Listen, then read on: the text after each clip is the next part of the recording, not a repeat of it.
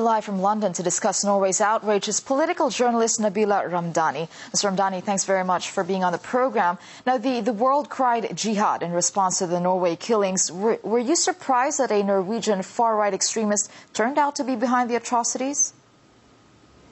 Well, I think what these tragic attacks have revealed is that governments tend to explore links with international terrorism first, and especially as it relates to Islamic terrorism, before even considering domestic leads. And in my opinion, this is an unfortunate and direct consequence of the Bush administration war on terror, which has very much contributed to frame the public debate on terror attacks in general along those lines. So that's very unfortunate.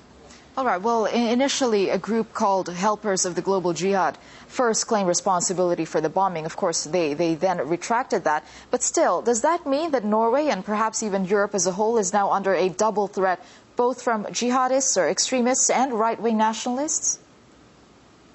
No, I think, especially when you don't have much information about what's happened exactly, it's very legitimate to speculate on who might be behind such terror attacks. But as we've seen today, the Western media, but also Western newspapers, have been dominated by headlines linking very strongly the attacks to Islamic terrorism, and that without strong information.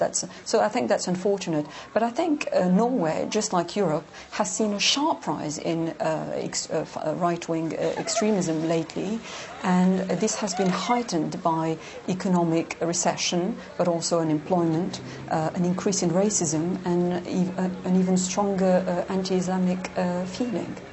Okay, but aside from just, as you mentioned, there's a quick blame on jihadists or extremists, but then there are those who also blame the failure of multiculturalism for this polarization in society. Do you think it has failed, and why?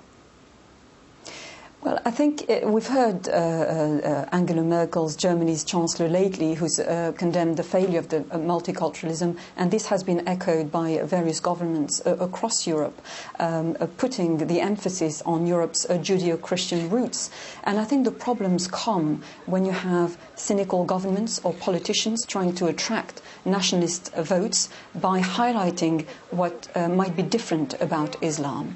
And I think that's where the danger lies. And, for example, in Norway, the far-right sentiment is wider than Norwegians are ready to admit. And there's a polite and respectful attitude towards that kind of views in mainstream media.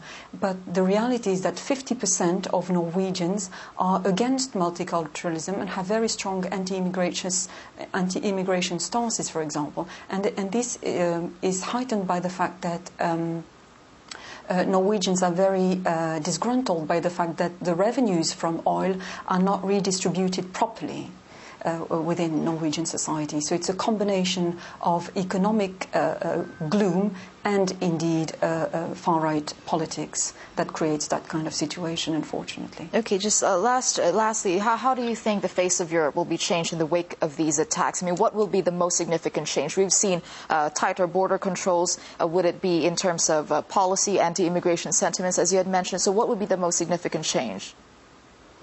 I think there will rightly be an emphasis on more security, and security will be tightened in every shape or form.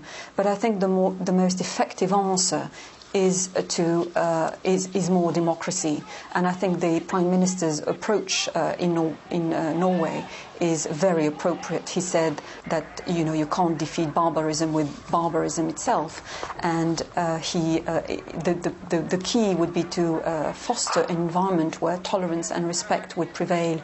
And elections are coming up in Norway in September, and it is hoped that very strong democratic forces will emerge in the wake of such horrible attacks. Okay, well, thank you very much for your insight, your analysis. Political journalist Nabila Ramdani, thank you very much.